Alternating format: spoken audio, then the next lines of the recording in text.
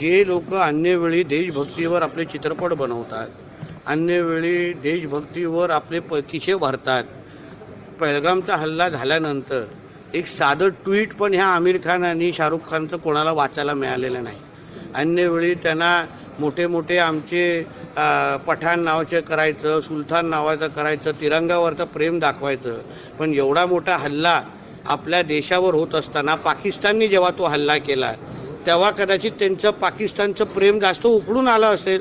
आणि म्हणूनच मी भाषणामध्ये म्हटलं ना की आपण कोणाला मोठं करायला पाहिजे, आपण कोणाला प्रसिद्धी दिली पाहिजे, हे आत्ता खरंच विचार करण्याची ती वेळ आलेली आहे.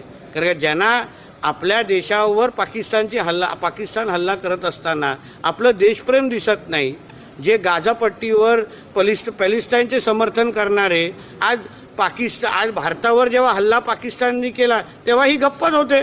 म्हणून ह्या लोकांचे चित्रपट आपण बघायचे का, ह्यांना मोठं करायचं का, हा प्रश्न, हा सवाल मी युवकांना विचारला.